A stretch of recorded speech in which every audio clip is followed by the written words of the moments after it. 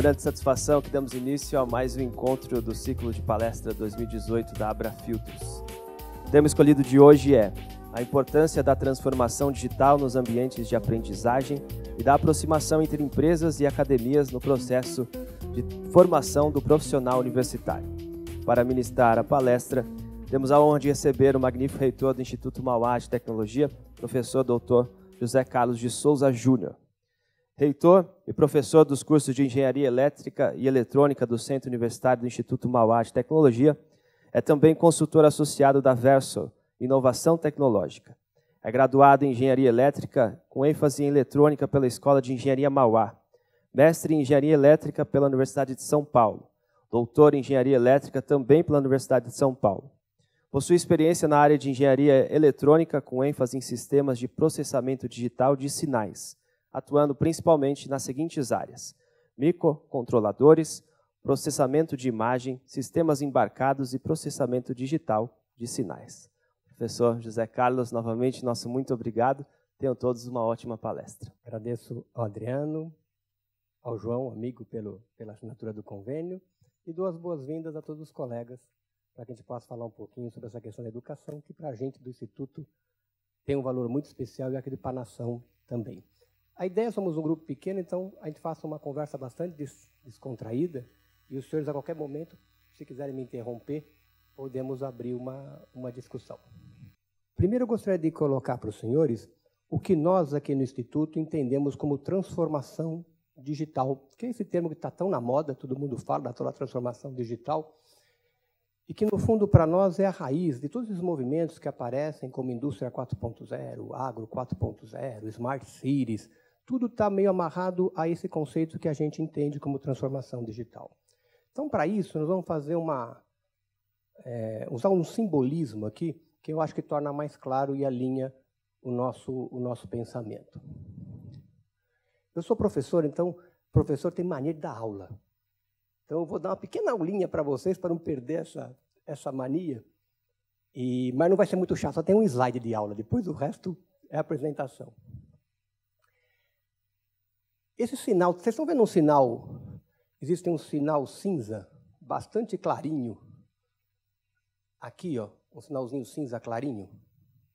Tá. Esse sinal, ele tem uma amplitude, a intensidade dele, que vai de 0 a 7. É o gráfico que nós temos ali na vertical. Perfeito?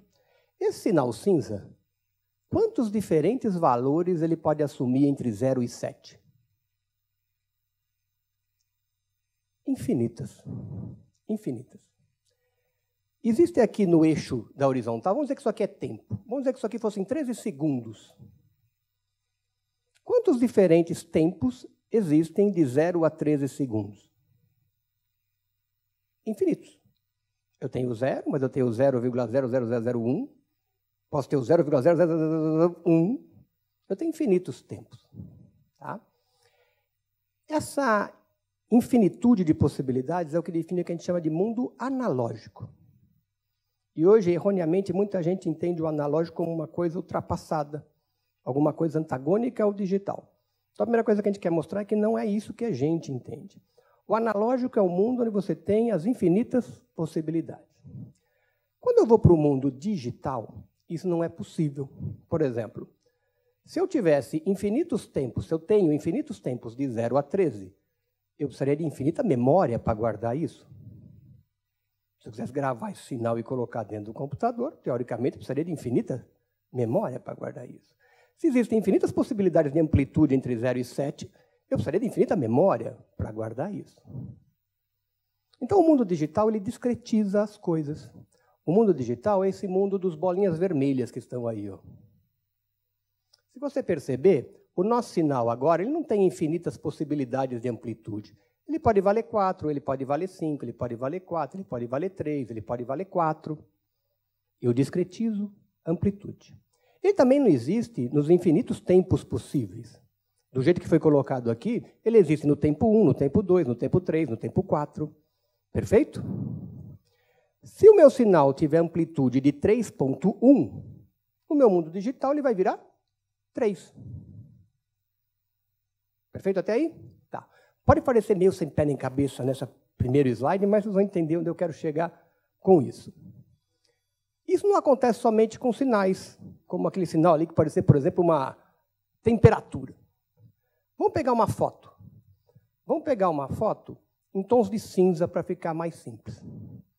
O cinza é alguma coisa que vai do extremo, que é o branco, até o outro, que é o preto. Quantas possibilidades de cinza eu tenho entre o branco e o preto? Infinitas. Quantos pontos compõem uma foto? A realidade, foto tomou a expressão, a realidade. Infinitos. Tem infinitos pontos ali. Teoricamente, eu posso ampliar aquilo o quanto eu quiser. Mas quando isso vai para o mundo digital, eu acabo colocando uma certa quantidade de tons de cinza, e eu não consigo colocar infinitos pontos. Eu tenho que definir certos pontos na horizontal e certo número de pontos na vertical, que é a resolução que você tem nas telas de computador e coisa que o vale. Se eu tiver uma resolução pior, né, se eu tiver menos pontos, vai ficar mais gritante para mim isso. Mas, de novo, eu saí de um mundo analógico, onde eu tenho infinitas possibilidades, e vou para um mundo digital, onde o meu número de possibilidades está restrito. Pode ser muito grande, mas vai estar restrito. Compreendido? Tá. Agora, o que isso tem a ver com a nossa palestra? Então, já matei minha vontade de dar aula para vocês. Isso tem a ver com o seguinte. Pensa num alfaiate. Talvez aqui tem gente muito nova que não sabe nem o que é um alfaiate, mas o alfaiate era um sujeito que você ia e tirava as medidas corpóreas tuas e te fazia, conversava contigo, via o que você queria, onde é que você ia usar aquela roupa, e ele te fazia uma roupa, era chamada de tailor-made. Ok? Bom, esse é o mundo analógico. Porque eram infinitas as possibilidades que podiam sair dali. Mesmo que eu e você tivéssemos medidas corpóreas muito parecidas, a gente ia sair de lá com roupas diferentes. Se eu fosse na segunda ou se eu fosse na quarta, eu ia sair com roupas diferentes. Tá. Aí vem um cara chamado Frederick Taylor, e o Taylor diz o seguinte, não, agora não vai ser assim, não. Agora você vai ter camisa 41, 42, 43. E tem essas cores para você escolher. O que é isso? A discretização. Se a sua camisa devia ser a 41.3, não vai existir a 41.3 para você comprar. Você vai cair na 41 ou na 42. Ok? Algo semelhante. Na verdade, são infinitas. Tem muitas possibilidades de metáforas que eu posso usar aqui para comparar. Mas vamos usar mais uma. Vamos pensar num boticário que conversava contigo e formulava um remédio para você. Lembra quando o médico dava uma receita que você tinha no boticário, ele fazia para você? Aquilo era feito para você. Mas aí Taylor, de novo, vem e fala, não, agora você tem tantos miligramas de princípio ativo em cada comprimido e tantos comprimidos numa caixa. Quer usar mais, quer usar menos, tem que encaixar nisso. Isso é muito vantajoso, quer dizer, isso existe toda uma defesa, porque quando o Taylor propõe isso, ele está procurando ir do mundo analógico para o mundo digital, e olha que não tem nem computador, nem eletrônica na época ainda, tá? Essa transformação para a gente do mundo analógico para o digital, ela não vem da eletrônica. Ela vem dessa questão de você ter o Taylorismo no processo. Tem uma vantagem aí, porque isso traz escala, isso traz eficiência, isso traz qualidade, repetibilidade, produtividade. Tudo isso é bom. Ok? Tá. Agora, o que acontece hoje quando você, por exemplo, vai numa startup que tem lá um sistema de câmeras, 2 câmeras, a gente chama de visão estéreo, e você se posta na frente dela, ela escaneia o seu corpo e te entrega uma roupa sob medida. Quando você tira uma gota do teu sangue, manda lá para a Singularity University, eles levantam o teu DNA e te dão um remédio sobre medida. Para onde você está voltando? Para aquele mundo analógico. Por quê? Porque o ser humano é analógico. As nossas demandas são analógicas. Então, o que a gente entende como transformação digital? Transformação digital para a gente é a resposta suportada pela tecnologia para as demandas de um mundo cada vez mais analógico. Não é só você fazer sobre medida, mas é você conseguir acompanhar aquela conversa que o cara tinha com você, seja ele o médico, seja ele o alfaiate. Não é só fazer sobre medida, mas é também entender melhor qual é a demanda. Então, é isso que a gente entende, porque quando o eletrônico e o computador vieram, elas vieram em cima desse modelo de Taylor. E a tecnologia levou ele ao extremo e transcendeu o modelo. dizendo, eu não preciso mais ter agora as coisas segmentadas, eu posso voltar para o mundo analógico, eu tenho tecnologia para isso. E eu consigo voltar para o mundo analógico com tudo que Taylor trouxe de vantagem, que foi questões de escala, qualidade, repetibilidade, produtividade. É isso que a gente entende como transformação digital. Pensa em banco. Banco era igualzinho àquele primeiro slide. Os bancos, antigamente, você tinha o lugar para ir e um intervalo de tempo para ir. Você só acessava o banco naquele intervalo de tempo e naquelas locais definidos, que eram onde você tinha as agências. O que você quer hoje? Esse é um mundo discreto, lembra? Eu não tenho em todo lugar, eu não tenho a todo tempo. Você tem hoje um mundo analógico. Você pega um aplicativo, você acessa o seu banco da onde você estiver, no lugar que você estiver, e a qualquer instante. Então, isso a gente entende como transformação digital, que, para nós, é o cerne do que se fala depois de indústria 4.0, agro 4.0, smart city, todos esses jargões que aparecem. Só que na educação acontece exatamente a mesma coisa.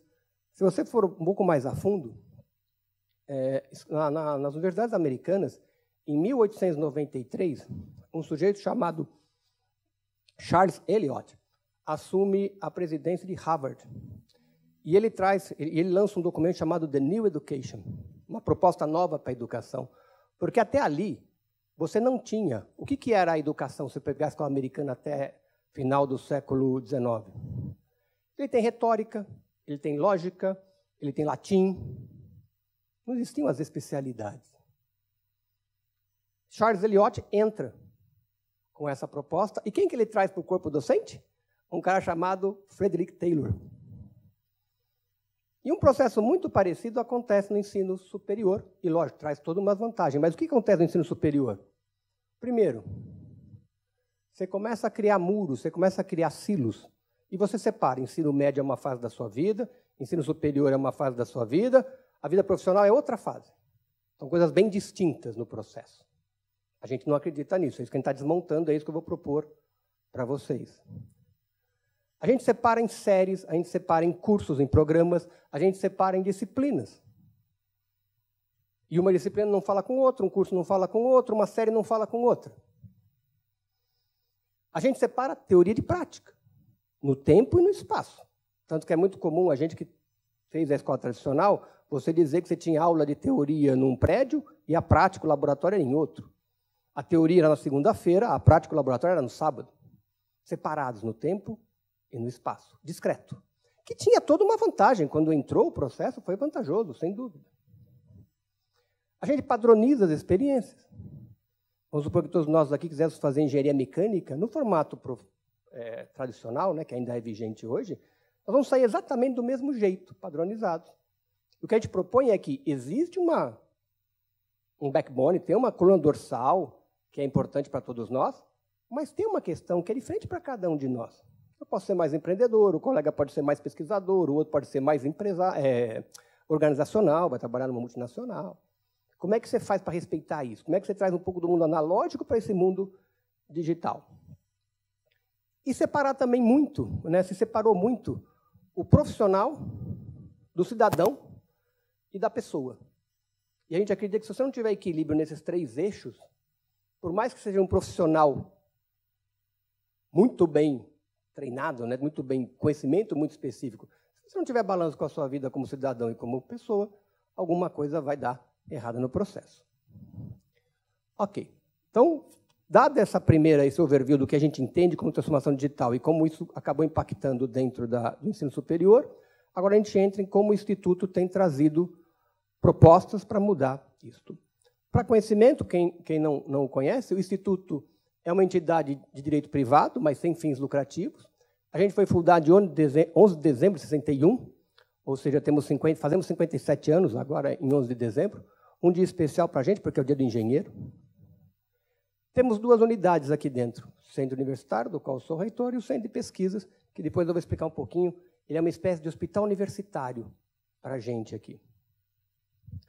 Outra coisa importante, a Mauá não tem um dono, não existe um fundador, uma família, nós também não somos confessionais, não temos nenhum braço religioso. Ele é um caso bem diferente. Foram pessoas que se reuniram, acabaram fazendo uma vaquinha ali, criaram uma instituição e ela acabou indo sozinha. Basicamente, hoje ela é tocada por ex-alunos, são os próprios ex-alunos que a tocam, né? A gente tem um processo que, aos 70 anos, a gente automaticamente é desligado. Então, é bem diferente. Vale a pena depois uma palestra só para tentar entender. E aí, se vocês entenderem, vocês me explicam como é que a Mauá funciona. A gente tem esse campus que fica aqui em São Caetano do Sul, né? São Caetano do Sul, mas se você atravessa o rio que fica desse lado aqui, você está em São Bernardo. Se você vai 500 metros para cá, você está em Santo André. E se você voltar aqui uns 800, você está em São Paulo. Então, São Caetano é uma cidadezinha hospitaleira com 16 quilômetros quadrados, né, Francisco? É um campus com 130 mil metros quadrados. A gente voga muito por essa questão de áreas verdes, né, de convivência, faz parte do nosso processo pedagógico. Temos um campus em São Paulo, mas é um campus bem menor, é um comodato com a prefeitura, que fica na Vila Mariana, onde só tem cursos de pós-graduação lato sensu. Bom, como é que a gente defende? Como é que a gente começa a quebrar esse mundo digital e traz ele mais para o analógico? Primeiro, a gente defende aqui um conceito que chama-se tripé da inovação. O que é o tripé da inovação? Quando eu vou abordar um problema da sociedade, eu tenho que vê-lo pelo menos por 3 pontos de vista. Um que a gente chama de feasibility. O que é feasibility? É a solução técnica do problema. E nisso os engenheiros são muito bons. Resolver tecnicamente um problema. Mas resolvê-lo só tecnicamente não traz a solução que a gente quer. Então, faltam 2 pés nesse processo. Falta uma perna aqui, que é do feasibility. Oh, desculpa, está na ordem errada, desculpa. Feasibility são os engenheiros, tá certo? Com a solução técnica. O viability são os modelos de negócio. E muito da inovação que aparece hoje não está vindo de soluções técnicas. Às vezes a tecnologia até já existe, mas você faz ela chegar para o mercado de uma outra maneira. Aí é o viability, é o modelo de negócio. No viability também tem as questões de aspectos jurídicos, regulatórios que você tem. E, por último, o desirability. Então, eu fiz uma solução tecnicamente boa, eu tenho uma solução técnica bacana, eu tenho um modelo de negócio legal, mas está faltando ainda uma questão de desirability, que é a questão da experiência do usuário. Porque se ela não for bonita, se ela não for ergonômica, se ela não trouxer alguma coisa que agrade o sujeito lá, que é o consumidor, não vai adiantar. Eu posso ter um modelo de negócio muito bem montado, uma solução técnica legal, mas é feio. Não adianta. Como também se tiver uma coisa que seja muito bonita, mas na hora que você pega na mão não funciona, muito bonita funciona, só que o cara colocou no mercado com um modelo de negócio que não é o mais adequado. Também não roda. Então, o tripé da inovação para a gente é isso, é amarrar essas 3 coisas. Da onde vem isso? Se você fizer uma leitura do Vale do Silício, que é considerado aí uma das mecas do desenvolvimento, ele nasce em torno de Stanford. Se você for para Stanford e ver quais são as 3 faculdades mais importantes que mais se destacam em Stanford, você encontra 3. A faculdade de Ciências Aplicadas, onde está a engenharia, você encontra a faculdade de Business, que é onde está o Viability, e você encontra o Liberal Arts, que é a parte do Desirability. Saiu um relatório em março de 2018 do MIT, dizendo como é que é o estado da arte em educação de nível superior. E ele aponta uma escola em Singapura, que nasceu em 2016, como sendo uma que vai despontar como sendo a nova líder em educação. Como é que ela nasce? Abrindo 3 faculdades. Adivinha quais são?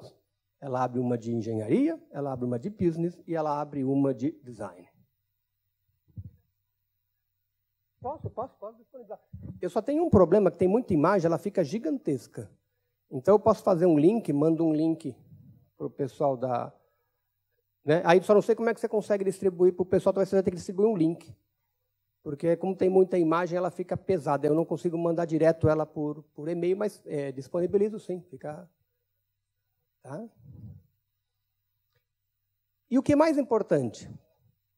Não é você só pensar numa delas, mas onde você as une.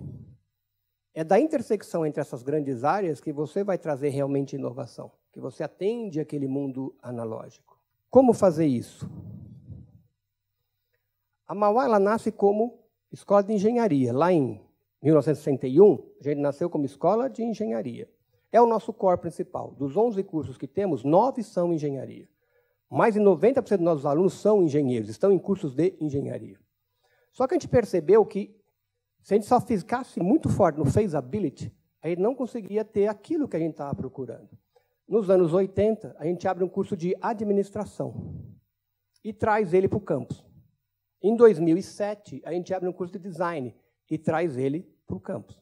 Então, hoje são 11 cursos, onde mais de 90% está na engenharia, são 9 cursos na engenharia, mas a administração e o design tem um papel fundamental dentro desse ecossistema. Mas não é ter a administração separada, o design separado, ou mesmo as engenharias separadas. Elas têm que ter um jeito de trabalhar junto. Se eu consigo fazer isso, aí eu atinjo aquele objetivo. Então, como é que você faz para eles trabalharem juntos? Então, só para reforçar, né, a engenharia ela é muito forte em feasibility, a administração ajuda a desenvolver o viability e o design ajuda no desirability. Não é que, isso tem que ficar claro, não é que eu tenho sempre que ter um designer junto para fazer o desirability. Eu tenho que ter sempre um administrador junto para fazer o viability. Isso quer dizer que, no nosso entendimento, o nosso engenheiro tem que sair daqui com uma formação onde ele valoriza, ele também pega uma parte do tempo dele e se dedica ao viability e ao desirability. O nosso administrador, quando sai daqui, ele também tem preocupações de feasibility, da solução técnica, ele também tem preocupações de desirability, de experiência do usuário. E idem para o designer, que tem que ter preocupação nas outras duas pernas também. Ok? Tá. Então, tá basicamente, né, o que você vai cobrir com cada uma dessas 3 pernas. Como é que a gente faz a abordagem do processo. E é tudo uma questão de mindset. Esse é o mais complicado. Como é que você muda o mindset de uma instituição para conseguir fazer ela encampar esse modo de ver a educação? Quando nós assumimos a reitoria 6 anos atrás, basicamente o que nós fizemos nos 4 primeiros anos foi todo um trabalho de mindset com os professores, com os alunos, com a comunidade, antes de chegar nas reformas físicas, que vocês vão ver aqui algumas fotos, que é onde você efetivamente quebra as paredes físicas das coisas. Mas antes você teve todo um trabalho para quebrar paredes mentais. Você está dentro daquele modelo das coisas compartilhadas, os americanos chamam de silos, tem tudo separado por silos. Então, uma questão de mindset. Uma coisa que nos ajuda muito aqui é que a Mauá é uma instituição muito focada na parte prática. Para os senhores terem ideia, nós temos mais de 2 laboratórios para cada sala de aula. Eu tenho hoje 56 salas de aula no sentido convencional, alguma coisa semelhante à posição do auditório, né, em que eu estou aqui expondo e vocês, de uma forma passiva, estão assistindo.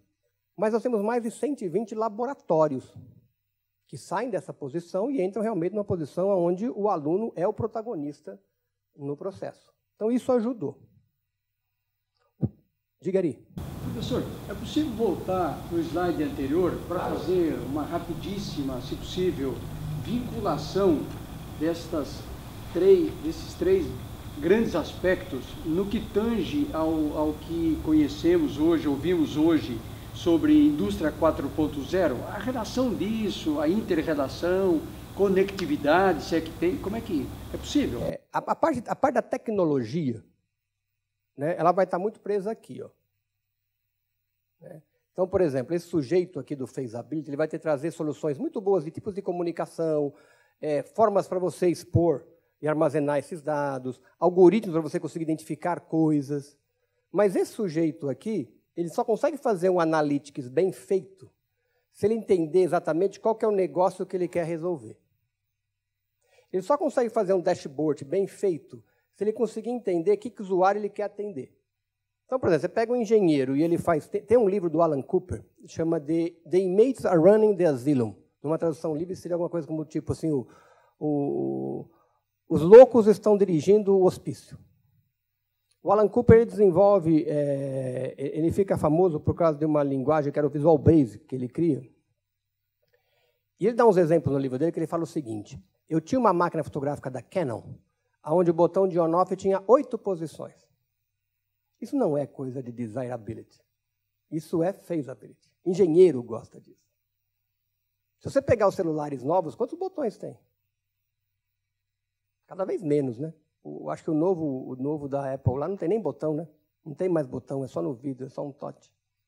Então, às vezes, você pega problema, engenheiro resolvendo problema para o agronegócio, o cara do agronegócio fala, eu não quero esse monte de gráfico. Eu não sei interpretar isso e nem quero, nem é do meu core. Eu quero que você me diga, eu tenho que jogar ali o fertilizante ou não?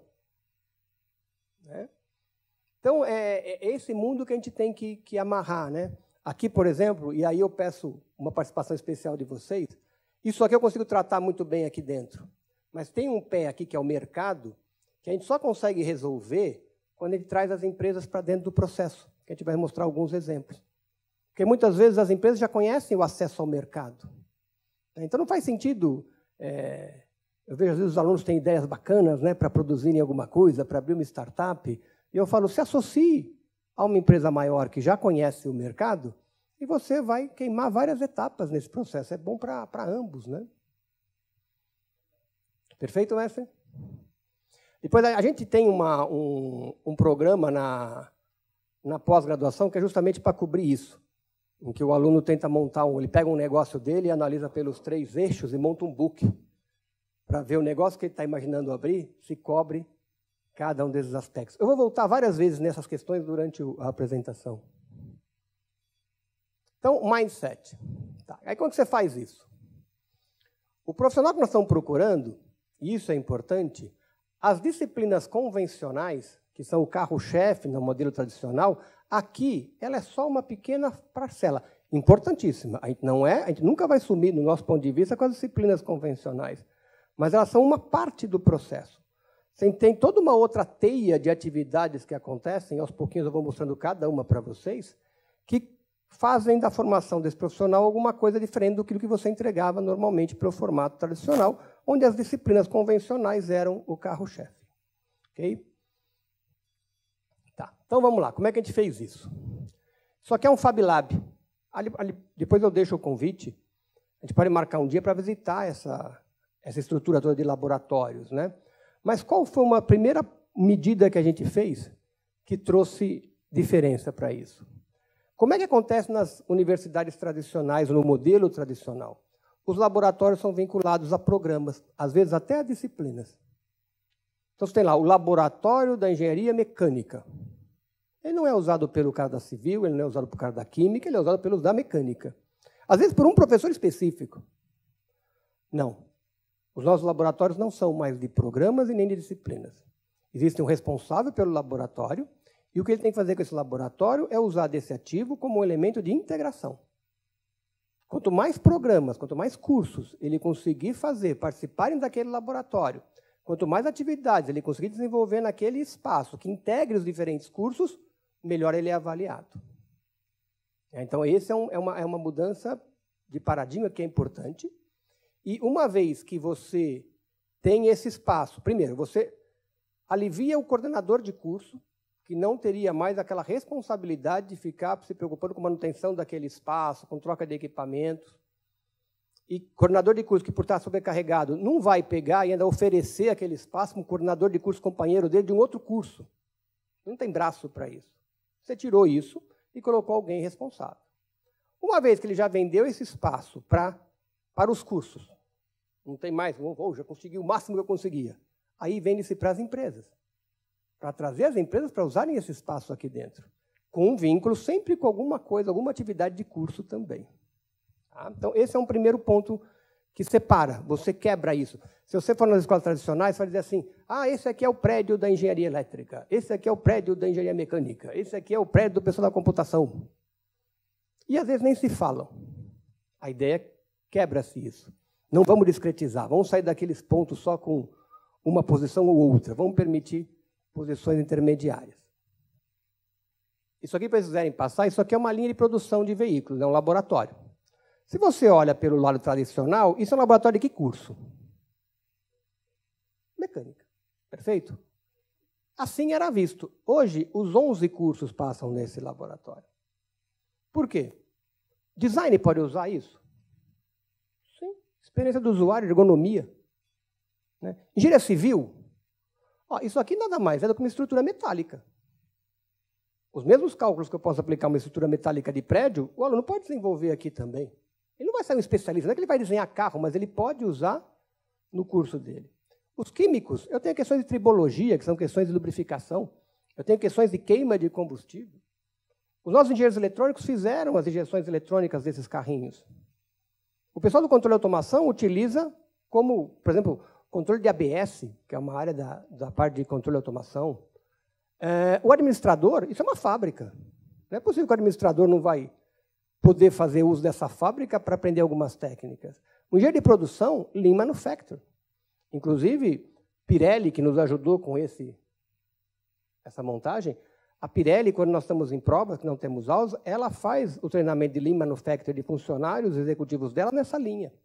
GM também. Ela vem aqui, treina o pessoal dela em Lean Manufacturing, que é a produção enxuta, né? A manufatura enxuta, nessa linha. Como é que você coloca um cara de alimentos aí? Porque o responsável por esse espaço ele tem que sair caçando, né? Então, um coordenador objeto dele é alimentos. Como é que eu vou vender esse espaço para o engenheiro de alimentos? Geralmente a resposta que vem é que os caras vão fazer o coffee.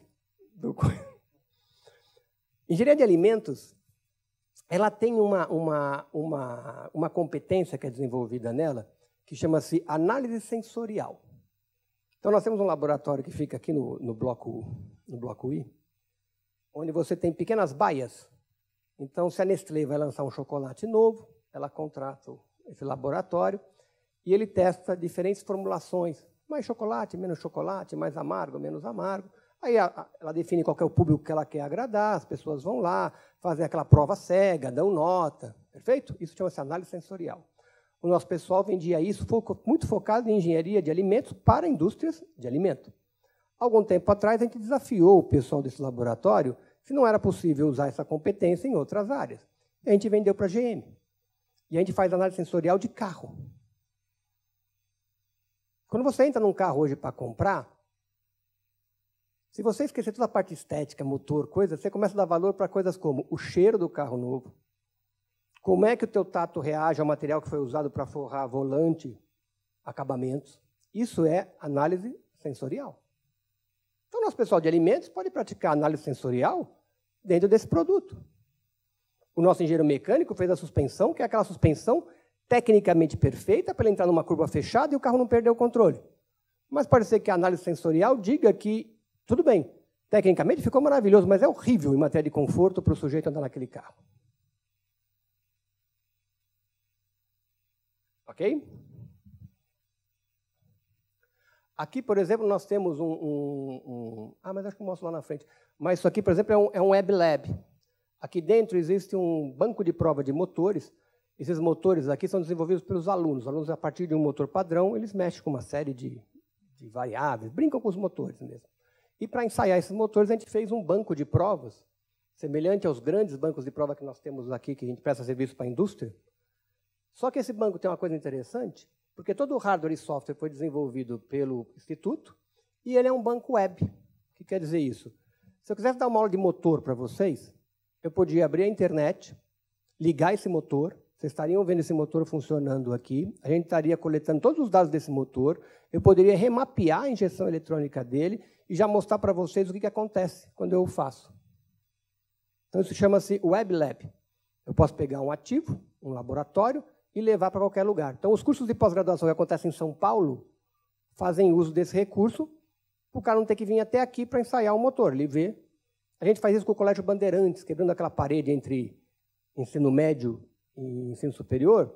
Alunos do Bandeirantes, que agora o ensino médio tem ele tem as carreiras para oferecer para o aluno, né? E muitos colégios têm nos procurado para a gente ajudar na parte da área das exatas. Então, que usaram já essa estrutura, o Bandeirantes, e agora está usando o Vilari, que acho que é daqui do... O Vilari é São Caetano, né? Mesmo? Tá. A gente tem também com o Arquidiocesano, e eu sempre esqueço o nome do italiano. Como é que é o nome, mestre? O Dante Alighieri. Alguns com esse, alguns com balão estratosférico. Tem um monte de atividades que a gente também quebra aquela barreira entre ensino superior e colégio. A gente traz os meninos do colégio para já começarem a entender o que é, e até para desenvolver nos nossos alunos uma certa liderança. Porque tem que saber tratar com esse jovem também. Estão vendo aqui umas paredes de vidro? Se você, passando esse vidro para cá, você vai ter essa sala. Essa sala é uma sala no formato mais tradicional, parecido a um auditório como nós temos aqui. A diferença é que você tem os computadores para os alunos utilizarem. Tá? Mas ela é uma sala tradicional colocada no meio de um laboratório. E isso quebra aquela segregação de teoria e prática. Por quê? Porque se eu sou um professor de engenharia mecânica e estou ali fazendo uma exposição sobre uma suspensão de carro, né, como é que se constrói a suspensão de um carro, eu passo a porta e volto para cá e tem um carro no elevador e eu já mostro para ele como é que é a suspensão. Então, o lema é da explicação para a aplicação por uma porta. Se eu tiver isso separando a explicação da aplicação, está dentro da nossa filosofia. E para a questão da indústria 4.0, o que nós fizemos? Aquela lousa, ela abre e você acessa uma fábrica que fica atrás da lousa. Então, ali nós temos um módulo de indústria 4.0, que depois a gente vai mostrar com mais detalhes, né? Mas os alunos, por exemplo, de engenharia de produção, que nós estamos discutindo alguma coisa da indústria 4.0, abro a lousa, venho para o ambiente fabril, ele entende o que é aquilo que nós estávamos discutindo, se for o caso, pode voltar, continuar com aquela mais profundamente naquele assunto, e você juntou os mundos da teoria e da prática. Ok? E essa sala chama-se sala A4. Hoje em dia, basicamente, também todos os cursos fazem uso da A4. O colega, o professor Anderson, por exemplo, coordena o curso de eletrônica. Se ele quiser dar uma aula lá de microprocessador e depois quiser ir mostrar como é que esse microprocessador trabalha na injeção eletrônica do automóvel que está do outro lado, lá naquela linha de produção, ele faz isso. Né? Você quebra os muros. Aqui é pelo lado de dentro da fábrica, aqui, isso aqui é dentro desse espaço aqui. Ó. Uma coisa muito bacana, para montar esse espaço, a gente envolveu mais de 30 empresas. Empresas que puderam, às vezes, uma doou um equipamento, outra deu um bom desconto no equipamento, outra nós compramos, mas eles deram um treinamento. Tem tudo que é tipo de relação. O que a gente trabalha sempre? A gente evita relações de doação e desligamento. Assim, você vem, me doa um equipamento e some. A gente não gosta disso. Por quê? Porque a gente acha que o ganho maior não está nem no equipamento, mas está no relacionamento que se constrói. Eu vou dar um exemplo para vocês. A Divantec. Eu tenho amizade pessoal com o presidente, que é o Mário, que é apresentado pelo Moretti, o Moretti que me apresentou. O Mário tem uma empresa grande na parte de automações industriais. A sede dele fica em Itajubá.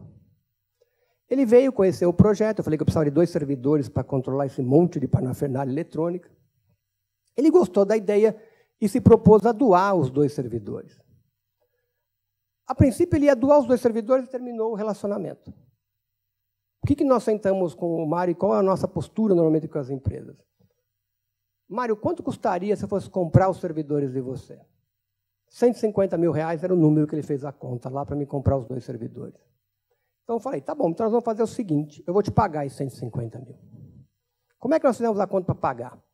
O Mário, bimestralmente, alugava espaços, geralmente hotéis, aqui na região da Paulista, para fazer os workdays dele. Às vezes alugava espaço para fazer demo days dele. Tudo é feito hoje aqui. A gente montou um calendário com o Mário, viu quanto é que ele gastava de aluguel e montou uma estrutura. Em 1 ano e meio, eu paguei o Mário. Está pago a conta com ele. Só que cada vez que tem um workshop dele aqui dentro, primeiro, vem gente para dentro da Mauá que não viria normalmente. Sempre eu consigo com o Mário uma vaga para colocar um professor meu para fazer reciclagem. Sempre dá para indicar um aluno bom que a gente coloca lá, e como o aluno impressiona, já sai empregado de lá, porque alguém que está fazendo, alguma empresa que está no workshop já fica de olho com o menino e leva o menino. Então, no fundo, o equipamento foi a parte menor do processo. Isso a gente tem dá para intitular cada uma delas, e cada uma a gente faz de um jeito diferente, porque depende muito da empresa, né? Depende muito do que o cara está procurando, se o cara é daqui, não é daqui. Tem um outro modelo que esse a gente tem que explicar 2 vezes para os caras entenderem, que é assim. Vamos pegar, por exemplo, a Cargill, que é um exemplo que nós estamos tratando com eles. Vamos supor que a Cargill quer fazer um laboratório de IoT para agronegócio. Então, a gente vai na Cargill, a gente vê como é que seria o espaço, tem que ser alguma coisa que seja bom para a escola, né, que eu consiga... Quanto mais eu conseguir atingir alunos de diferentes cursos, melhor é na nossa filosofia. Então, a gente monta para ele um projeto, vai ser nesse espaço, a gente vai fazer aqui o espaço Cargill de IoT para agronegócio, vai ter, que nem o da Pirelli, vai ter o banner da Cargill, você vai poder fazer o teu... Vende-se algo que seja bom para ambos. Aí a Cargill fala, poxa, me interessou. Aí você faz as contas e diz assim, olha, mas para montar tudo isso, para montar tudo que a gente precisa de 400 mil reais. Ok? Aí a Cargill fala assim, legal, acho que vale a pena o investimento de 400 mil reais. Aí vem a parte que é difícil de explicar para eles. Aí a gente fala o seguinte, mas eu tenho os 400 mil reais. O Instituto tem. Eu não preciso dos seus 400 mil reais. O Instituto vai pagar os 400 mil reais. O Instituto vai montar esse laboratório. Vai continuar com o logo da Cargill. Aquilo que nós tínhamos combinado de você fazer o seu Workday continua. Aquilo que nós tínhamos combinado de você fazer uns eventos de demonstração continuam. E você vai pegar os 400 mil reais que você ia colocar nesse laboratório e você vai depositar num fundo de bolsas. E esse fundo de bolsa a gente vai fazer a gestão para ajudar os nossos alunos que estão com dificuldade financeira para continuar o curso. Como esse fundo de bolsa é um fundo de bolsas que, depois de formado, o aluno tem 1 ano para se empregar e depois ele começa a devolver o dinheiro sem juros. Você pegou metade da mensalidade, ele vai devolver metade da mensalidade lá. Se ele pegou 5 anos, vai ter 1 ano de carência, vai 5 anos pagar metade da mensalidade. Com isso, a Cargill, além de ter todo aquele laboratório que ela estava procurando, ela ainda tem como elemento de marketing dizer que, depois de 5 anos, ajudou 100 alunos a se formarem. Porque eles se formaram com o fundo de bolsas Cargill. Não é um modelo muito comum de você encontrar no Brasil esse tipo de coisa.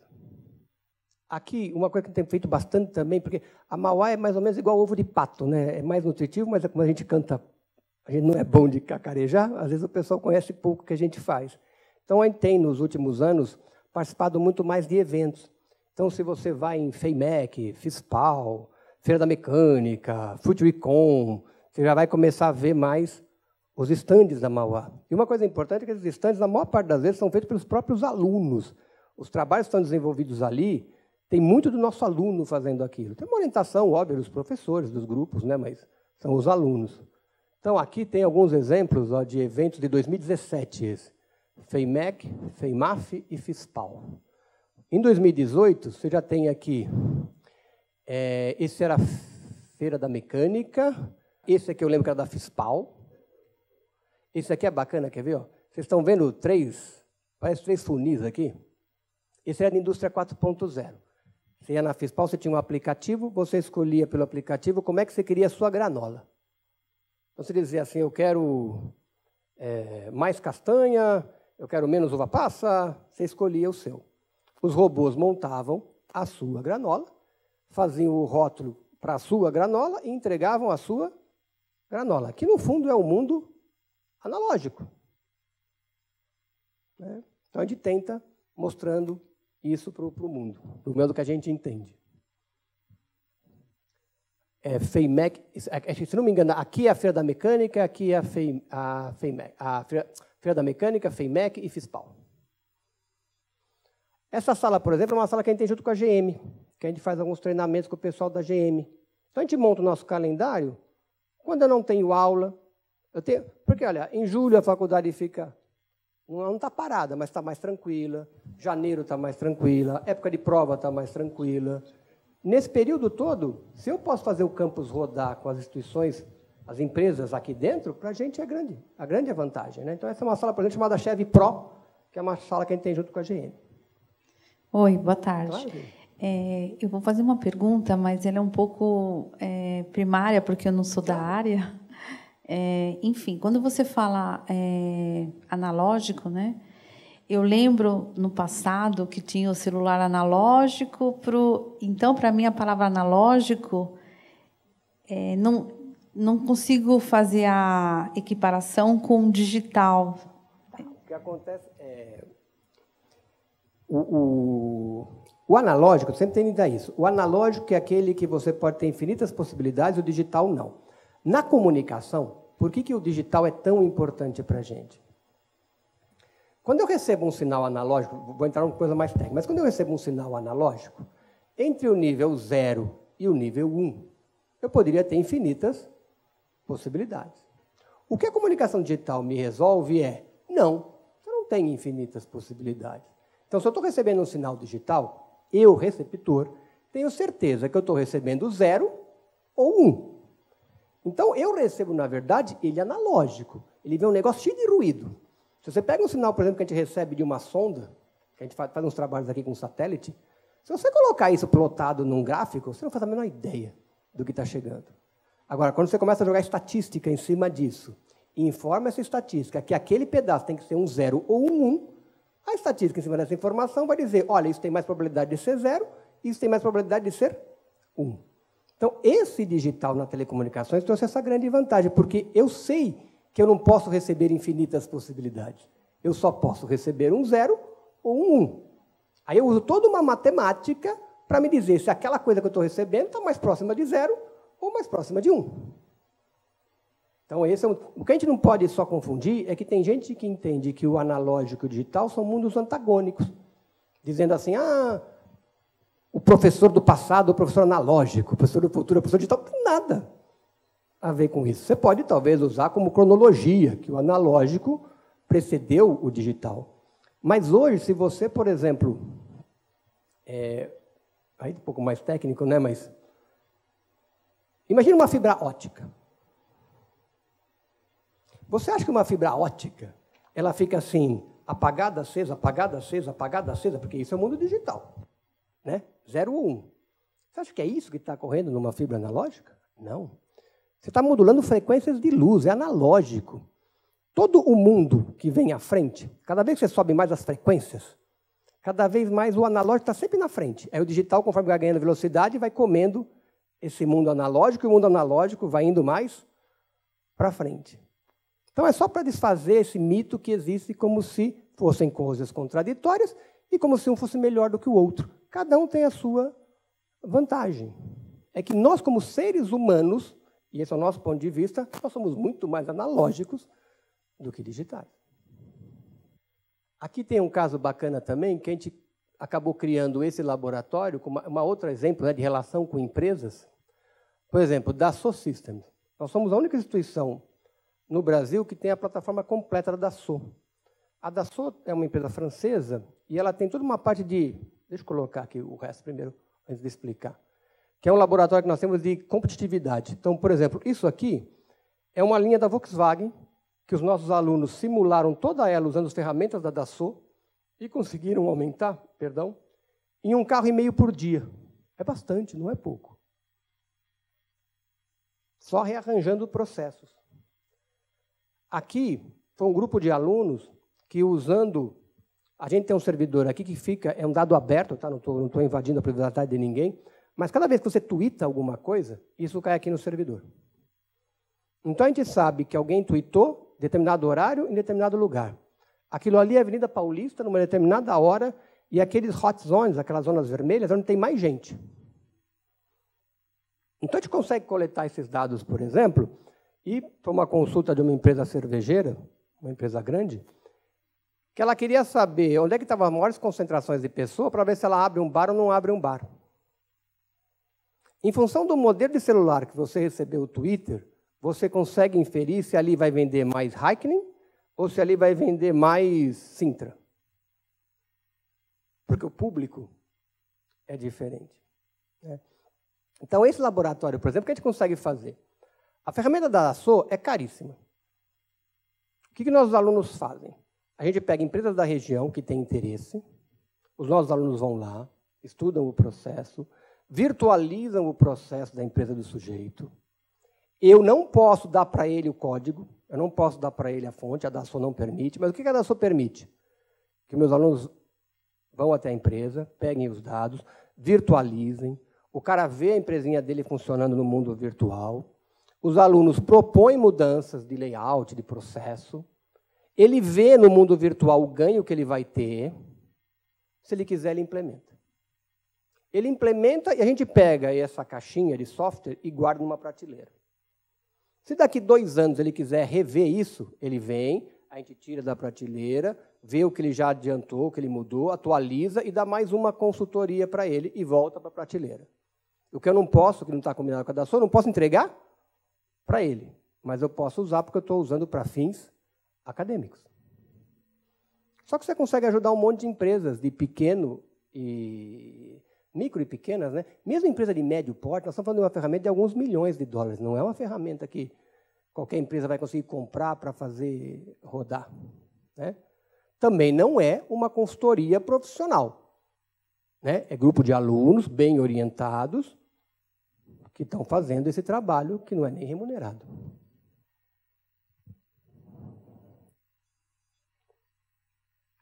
Aqui, embora o nosso carro-chefe não seja pesquisa, nós somos uma escola que defende isso. O nosso foco é ensino. A gente tem a pesquisa com o que a gente chama de qualificador, ele não é o nosso diferencial. A gente tem pesquisa, a nossa pesquisa é uma pesquisa aplicada, então ela não é a pesquisa pura, ela é aquela pesquisa que, no máximo em 5 anos, já tem que estar dentro do mercado. Então, eu não estou estudando grafeno para ver para que vai servir. A gente acha importantíssimo isso, mas não é o nosso foco. Ok? Mas, para poder ilustrar para vocês, nós temos, por exemplo, aqui, ó, a gente é o Agile Líder desse grupo, que é formado por nós, o pessoal do USP, do ITA e da Unicamp, que foi o primeiro projeto costurado com a FAPESP. FAPESP é um órgão de fomento aqui do Estado de São Paulo. Foi a primeira chamada FAPESP junto com uma indústria privada, que no caso é a Peugeot Citroën, que é a PSA. Cada uma delas entrou com 16 milhões e o objeto desse desenvolvimento é voltar a desenvolver um motor a etanol. Nós paramos o desenvolvimento do motor a etanol. Na verdade, nós acabamos optando por uma coisa que chama-se Flex, que ele nem tira o máximo da gasolina e nem o máximo do álcool, mas ele consegue operar com as duas, mas ele não é um motor otimizado para trabalhar com etanol. E esse é o objeto. Como tem dinheiro público, dinheiro da FAPESP, todo o resultado desse projeto é público. A Volkswagen pode vir pegar, a GM pode vir pegar. Tá? É uma coisa que na Suíça é muito comum, na Suécia é comum, aqui no Brasil não é muito, mas a FAPESP topou fazer esse projeto, principalmente a PSA topou. Você pode perguntar, mas por que a PSA entra num negócio desse, se todo mundo vai poder usar o resultado? Porque, como ele está dentro do projeto, ela tem os resultados antes. Ela está ali, já na boca ela está vendo o que está acontecendo, ela palpita no que a gente está fazendo. Então, tem uma vantagem para ela, né? A gente tem uma patente própria que a gente tem desenvolvido. Vocês vão ver um carro, se vocês andarem por aí, vocês vão ver um 2008 parado no campus, que é um 3008, perdão, que é um carro, é um híbrido diesel. Você não pode ter carro de passeio diesel no Brasil e você vai encontrar um parado no campus aí. O que é esse trabalho? A gente já tem em bancos de prova do Instituto rodando motor diesel com etanol. A gente pega o motor diesel, faz pequenas mudanças e faz ele rodar com etanol, sem aditivo nenhum, etanol puro, né? Isso está no bancos de prova já rodando há mais de 1 ano, e a ideia agora com a Peugeot é ter, pelo menos no ano que vem, um carro híbrido diesel, mais alimentado com etanol. Que não é proibido você ter o motor diesel. É proibido você andar com ele com diesel. Mas o ciclo diesel, né, o motor diesel, desde que é alimentado com etanol, não é contra a lei. E está dando coisa de perto de 20% a mais de rendimento do que o ciclo Otto com etanol. Aqui é um exemplo de um laboratório. Por que eu gosto desse exemplo? A gente ganhou um rolo. Claro, querido. O que a gente faz, na verdade? Sabe aquela válvula de pré-aquecimento que tem no ciclo, no diesel? Tá? A gente trocou ela por uma vela incandescente. A gente fez mudanças no bico injetor. E a gente injeta modulado de um jeito que, ao tangenciar a vela incandescente, você começa uma frente de chama que seria Otto, mas logo, milissegundos depois, ela já entra no modo ciclo diesel. Então, é um ciclo meio misto. Ele começa como ciclo Otto e ele passa para ciclo diesel. A gente mexe muito pouco no cabeçote, porque o diesel já tem uma vela chamada vela de aquecimento, de pré-aquecimento. Lembra quando você tem um carro diesel que você tem que colocar você liga lá uma chavinha que é vela de pré-aquecimento? Ele é uma vela que aquece a mistura no começo do processo, quando o motor está frio. A gente trocou aquela vela por uma vela chamada vela incandescente. É como se fosse uma vela que está sempre acesa. E é essa vela que, a hora que eu jogo a primeira jogada de modulação do combustível, ele tangencia essa vela e começa a explosão. Então, ele começa como ciclo Otto, mas ele comuta para ciclo diesel. Então, eu não tive que fazer mudanças de cabeçote. Na verdade, só fiz uma adaptação de vela, da vela de aquecimento para uma vela incandescente. Basicamente, porque essa é a vantagem. Porque se você tiver que mexer com... Tem soluções hoje que você coloca um explosivo, né? Você coloca um aditivo para fazer explosão, mas aí você tem que mexer com... Aí cai no viability. Porque daí todo posto de gasolina tem que ter... Ou o próprio caminhão tem que ter lá o detonante junto num tanquinho separado, mas se bate, se pode explodir, tem todos esses problemas. Então, a gente vai para soluções que tentam enxergar os 3 pilares lá da inovação. Esse trabalho é bacana pelo seguinte, a gente ganhou, não dá para ver direitinho aqui, mas a roda traseira dessa moto está em cima de um rolo. Né? Isso chama-se banco de chassis. Então, na verdade, é um motor elétrico que você traciona a moto e ele consegue colocar carga na moto, simulando uma subida, uma descida, sem sair a moto. A gente ganhou esse rolo. Esse foi o presente grego. Não veio, não estava funcionando, os caras querem abrir espaço na empresa, aí procuram, para que nós vamos dar esse negócio que custa muito caro descartar? Aí a Mauá está sempre na fila, nos deram esse rolo. Um grupo de alunos fez funcionar, foi um TCC, foi um trabalho deles. Só que numa moto, precisa de vento para resfriar a moto, porque a moto precisa de ar para você resfriá-la. Aí um outro grupo de alunos desenvolveu essa tranqueira aqui, que é o ventilador, para simular a moto.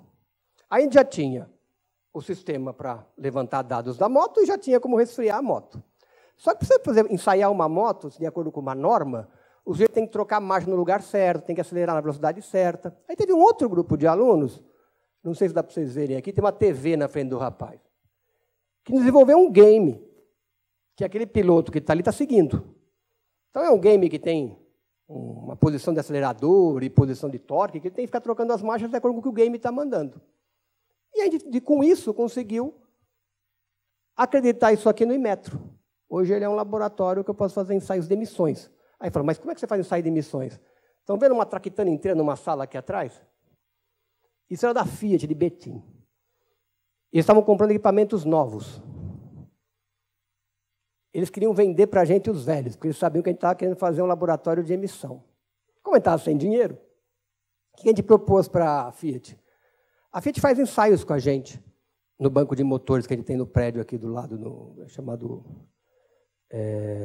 Bloco S. A gente pagou a Fiat com serviço. A Fiat nos deu o equipamento, nós demos horas de créditos para fazer ensaio para eles, demos desconto, vamos dizer assim, nos ensaios e trocamos. Fizemos um escambo. Voltamos lá para antes do alfaiate, fizemos troca no escambo mesmo.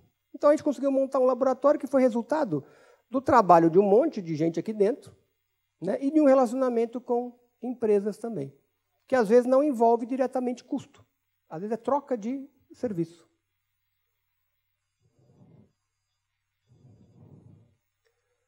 Outros exemplos, por exemplo, aqui os exemplos, perdão, showroom. Às vezes a empresa, no caso aqui era a Tetra Pak, ela tem que trazer um equipamento para o Brasil, ela vai alugar um espaço na Paulista para fazer um showroom. Showroom que ela usa um dia por semana. Né? Só com o custo do espaço que ela ia alugar, a gente reformou todo um pedaço do bloco U, colocou o equipamento lá, montamos as regras, eles vêm, fazem uso daquilo como showroom, mas mais do que isso, os nossos alunos usam aquilo para fazer paper, para fazer pesquisa, para fazer trabalho de conclusão de curso. Quando a empresa, para quem ele vai fornecer esse equipamento, precisa de alguém que já conheça o equipamento para ser contratado para instalar, eu já criei certa mão de obra aqui dentro, porque o pessoal conhece o equipamento aqui dentro. Então, a gente faz essas uniões para ser vantajoso para os dois lados. Esse caso aqui, ó, é um spray dry. Spray dry, não sei se vocês já ouviram falar nisso, mas tem um produto que todos vocês conhecem, que é leite em pó. Leite em pó, lá em Araras tem um da Nestlé, ele é um prédio, deve ter mais ou menos 10 andares. Então, imagina isso aqui, com 10 andares. Você joga leite em cima, ele faz um turbilhão aqui de ar quente e vai saindo pó aqui embaixo. Então, o leite vai descendo e vai virando pó. Isso na indústria de alimentos e algumas outras indústrias de cosmético é interessante para você fazer em alguns processos. Agora, imagina um sujeito que quer testar se o produto dele vai bem com esse processo. Primeiro, ele tem que convencer um player como a Nestlé para emprestar para ele o spray dry dela. Então, primeiro você tem que convencer a Nestlé a desligar o spray dry dela para emprestar para você testar. Depois, para você encher um spray dry de 10 andares, você precisa de algumas toneladas de produto para fazer esse seu teste. Era uma dificuldade que o fabricante nacional de spray dry tinha. O que nós fizemos? Junto com o fabricante, desenvolvemos um spray dry de bancada, que é esse que não é tão pequeno assim, mas é esse equipamento. Quando alguém chega nesse fabricante e diz, eu quero experimentar o meu processo em spray dry, para onde ele manda? Para Mauá. Ele vem aqui e com alguns quilos de material ele testa se serve para fazer o iogurte em pó que ele queria. Se deu certo, se funcionou, se deu o resultado que ele esperava, aí sim ele vai e contrata e compra um negócio de 10 andares.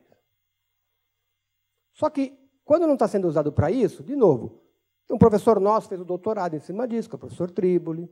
Hoje ele faz trabalhos de conclusão de curso em cima disso. Às vezes, empresas não vinculadas ao fabricante querem também testar alguma coisa, a gente faz em cima desse equipamento.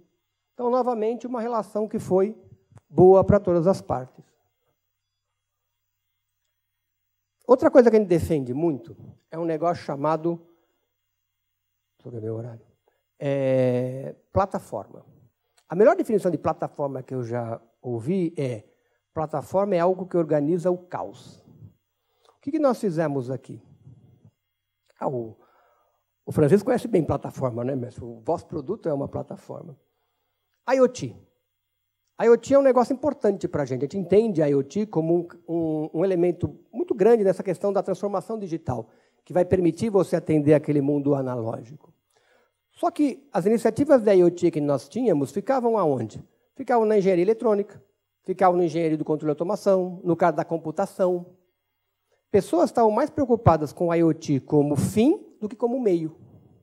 O cara de civil não usava IoT, o cara de design não usava IoT, porque ele não entendia de programar a placa, de construir a placa, de fazer a antena.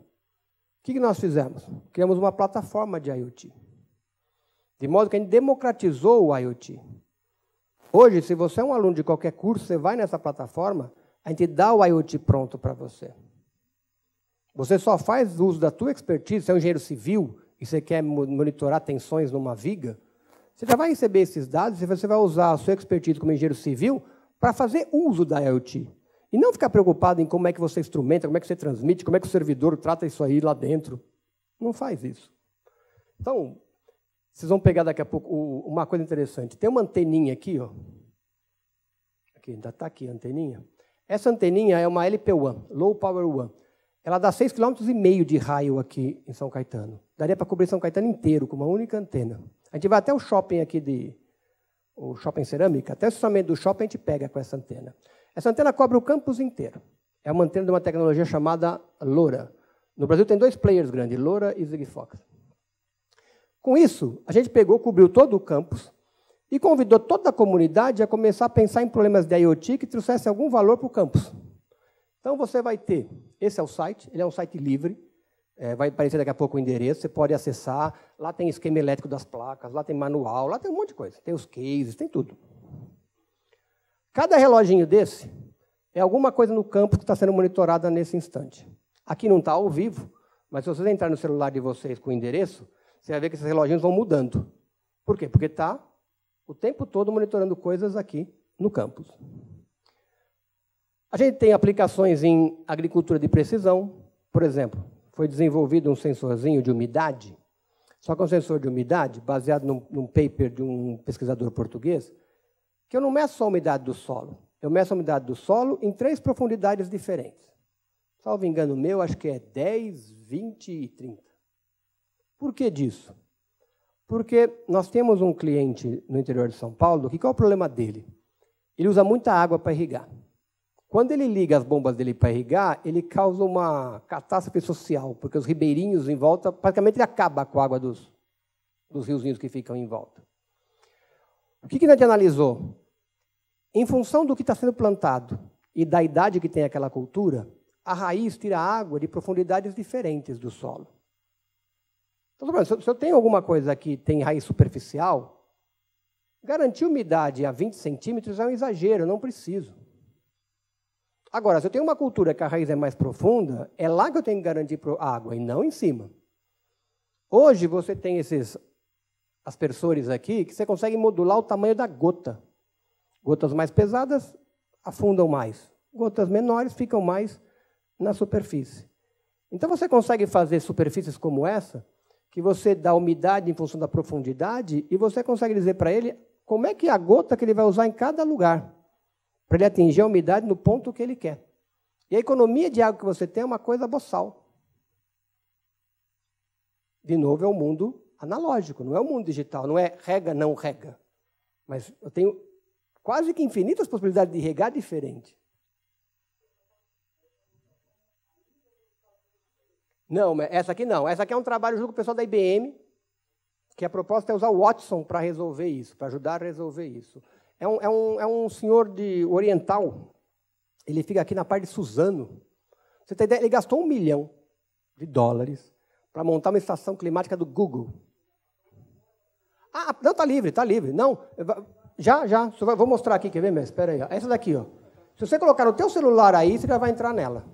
Aí tem uma abinha chamada conectividade. Se você entrar, você vai ver um monte de reloginho. Vai ter mais do que esse já, porque eu só sei que essa semana já apareceu mais 4 reloginhos lá. Isso aqui chama-se gateway. Gateway é uma antena. Tá? É essa antena que eu falei que fica no campus aqui. Uma anteninha dessa conversa com vários sensores de IoT. Você pode ter várias antenas, que nem celular. Se eu tiver várias antenas, eu cubro uma cidade inteira. Se o sensorzinho parar de falar com ela, ele vai se movendo, ele fala com essa, ele vai se movendo, ele fala com essa. É igualzinho um celular. Ok? Diferença, esses nós, esses elementos, não mandam vídeo, não mandam áudio, eles só mandam pequenos pacotes de informação. Tá? Então, aqui ele está dando, por exemplo, uma aplicação onde ele está medindo pressão de alguma coisa, onde ele está fazendo tracking de um pet, de um animal de estimação, onde ele está verificando se uma lixeira está cheia ou não. Exemplos de pequenas informações. Um gateway desse dá conta de 50 mil nozinhos daquele. Um gateway desse aqui em São Caetano está com 6,5 km de raio de cobertura. Em Maracaju, em agronegócio, nós montamos na fazenda do Riedel lá, 15 quilômetros de raio. Nós cobrimos os 44 mil hectares da fazenda dele, ainda sobrou sinal para as redondezas. É claro, também depende da geografia, né? Se enfiar esse negócio numa serra, eu não vou conseguir tanta distância. Esses caras mandam as informações para um cara chamado Network Server, que é um servidor, e daí vai para a aplicação. O que nós fizemos aqui? Nós desenvolvemos isso, nós desenvolvemos os nossos gateways e nós desenvolvemos o nosso Network Server. Essa plataforma que vocês têm é toda feita aqui, de uma ponta a outra. O que a gente usa é um protocolo chamado LoRaWAN, que é o mesmo protocolo que a Cisco usa, que a IBM usa, é uma Alliance Partner que você tem. É aberta. Qualquer um pode sentar lá, gastar horas de programação e criar as suas estruturas, e elas são totalmente intercambiáveis. Se eu tirar o nosso gateway e colocar um gateway da Cisco, ou usar um network server suíço da Orbiwise, por exemplo, tudo funciona. É tudo, desde que você siga o protocolo, tudo é intercambiável. Uma vez que nós fizemos isso ficar transparente, a gente jogou para a comunidade e falou, para vocês, não interessa como é feito. Vão achar aplicações e vão usar aplicações para essa questão do IoT. Fizemos associação com uma empresa chamada Highlight. A Highlight ela faz, só para vocês verem como é que as coisas vão se amarrando. A Highlight faz balizador. Balizador é aquela luzinha vermelha que fica no alto dos prédios. Ok? Aquilo é regulatório, por lei tem que estar lá. Tá. Quando houve uma mudança uns anos atrás no mercado de telecomunicações no Brasil, antigamente as empresas de telefonia celular tinham que ser donas das suas torres. Então, a Vivo tinha as torres dela, a Claro tinha as torres dela. Com essa mudança que houve, abriu-se um mercado chamado sharing. As empresas, em geral, não têm mais as torres. Existe um cara que é dono das torres e ele aluga a torre para Vivo, para Claro. Às vezes, uma torre pode ter 2, 3, 4 operadoras lá. Ok? Viability. Esse cara que é o dono da torre, ele não quer ter relógio de força. Porque ter um relógio de força, ter uma conta de luz para pagar ali, é uma coisa a mais para ele fazer gestão. Então, se você vai hoje numa torre de celular, tem o relógio da Vivo, tem o relógio de força da Claro, separados, mas não tem o relógio de força do dono da torre. Mas é o dono da torre que tem que colocar a luzinha vermelha lá em cima acesa. Precisa de alimentação. O que essa empresa fez? Fez um negócio chamado cubo, que é aquela coisa que estão vendo ali, que nada mais é do que um cubo onde as As faces são painéis solares que alimentam a luzinha. Nós nos aproximamos dele e colocamos dentro desse cubo um gateway. Então, hoje, além de alimentar a luzinha, ele alimenta um gateway. Então, 2 semanas atrás, a gente foi fazer um teste no Albert Einstein, que ele queria monitorar macas. Ele quer monitorar onde é que estão as macas deles. O que nós fizemos? Pegamos esse cubinho com essa anteninha, colocamos no alto de um dos prédios do Albert Einstein e cumprimos todo o Albert Einstein com ele. Elevador, fosso. A tecnologia aqui permite que eu pegue em lugares realmente difíceis. Ela transmite muito lento.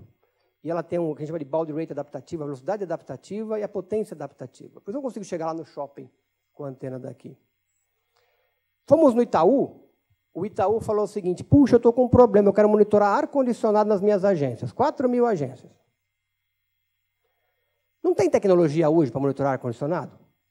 Tem. Todas as agências do Itaú têm Wi-Fi. Da mesma maneira que o Einstein também tem Wi-Fi. Agora, imagine que você chegou no Einstein e você vai pedir a senha do Wi-Fi dele, porque você quer colocar seu sensor no ar-condicionado. Ou no Itaú, e que você quer a senha do Wi-Fi do Itaú para colocar o teu sensor de ar-condicionado. Qual que é a resposta que você vai ter? Não dá. Eu tenho prontuário médico, eu tenho conta do meu cliente passando. É viability, não é tecnologia, não é feasibility. Agora, quando você vai no Itaú, chega com uma caixinha, que nem tomada você precisa.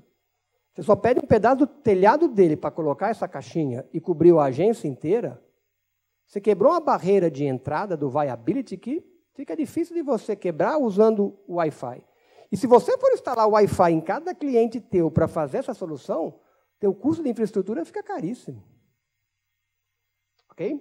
Entendeu o modelo? Nós estamos desenvolvendo agora um. O que tem aqui dentro? O que tem esse gateway? Esse gateway tem que falar com a internet, tem que falar com o network server. Então, esse gateway tem um chip de celular. Então, na agência do Itaú, no Albert Einstein, eu tenho uma cobertura 4G ou 3G, eu consigo conversar. Agora, imagina... Vou cutucar o Ari aqui para o Eduardo. Imagina que eu estou lá no interior do Mato Grosso e eu quero monitorar uma fazenda. Lá não tem 3G, 4G, vamos supor que não tem nem internet via rádio.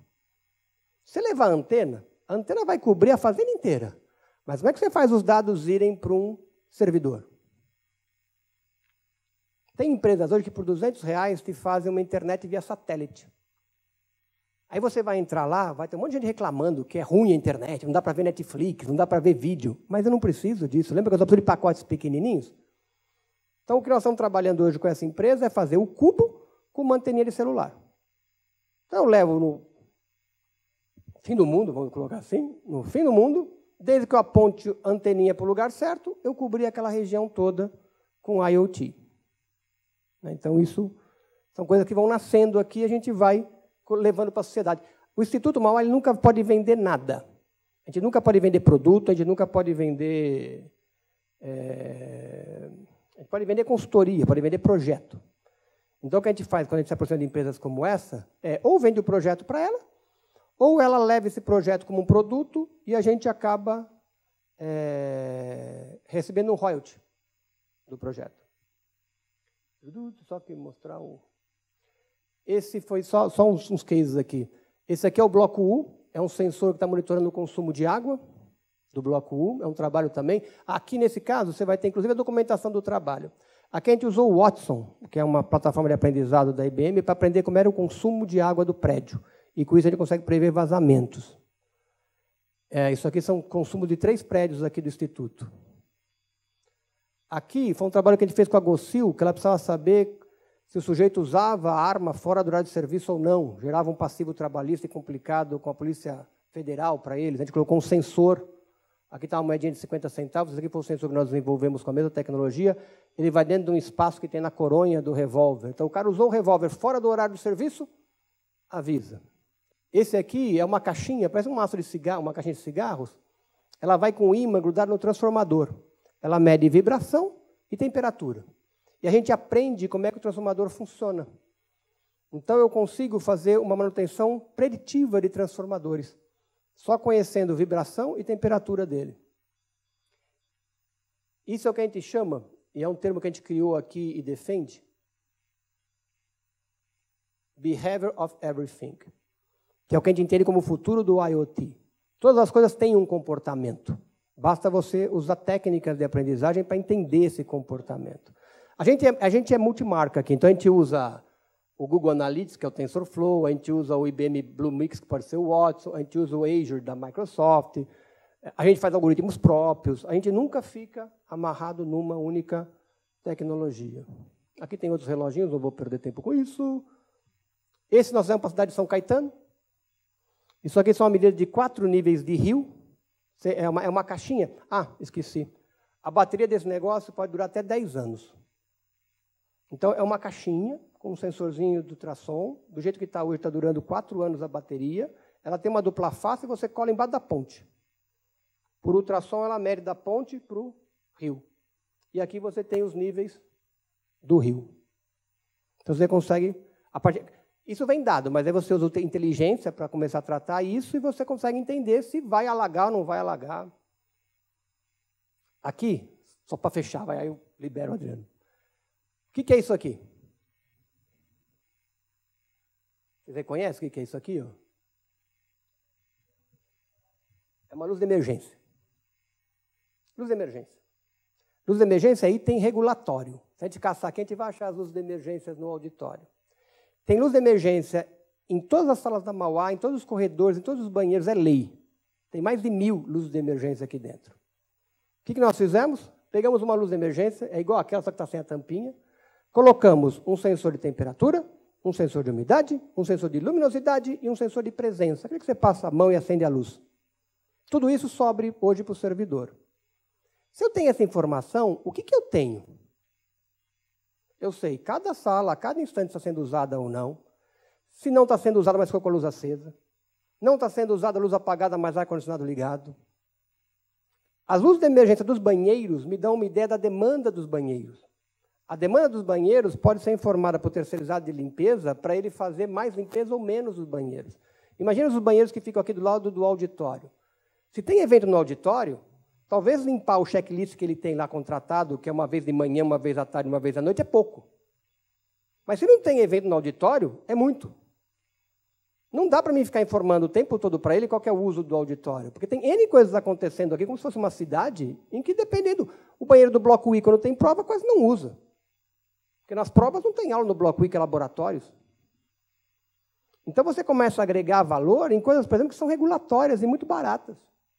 Mas o valor não está no hardware, o valor está na informação. Esse evento aqui, que ele pega todo o ginásio e mais 1.100 metros de uma tenda que fica fora do ginásio, tem mais de 220 trabalhos de conclusão de curso sendo mostrados. Vários deles, aquela lista que eu tinha mostrado para vocês ali atrás, vários daqueles trabalhos, tem hoje acho que 25, usam IoT, usam essa plataforma para trazer soluções. Mas tem trabalho na civil, tem trabalho na química, tem trabalho na elétrica, tem trabalho na computação, tem trabalho espalhados em tudo. Tá bom? Queridos, obrigado, peço desculpas aí por ter atropelado o tempo e me coloco à disposição, o Instituto também está aberto para vocês, quando vocês quiserem visitar, conhecer, se aproximar mais, é um prazer. Tá? Muito obrigado. Senhoras e senhores, uma salva de palmas, professor. Obrigado, agradeço.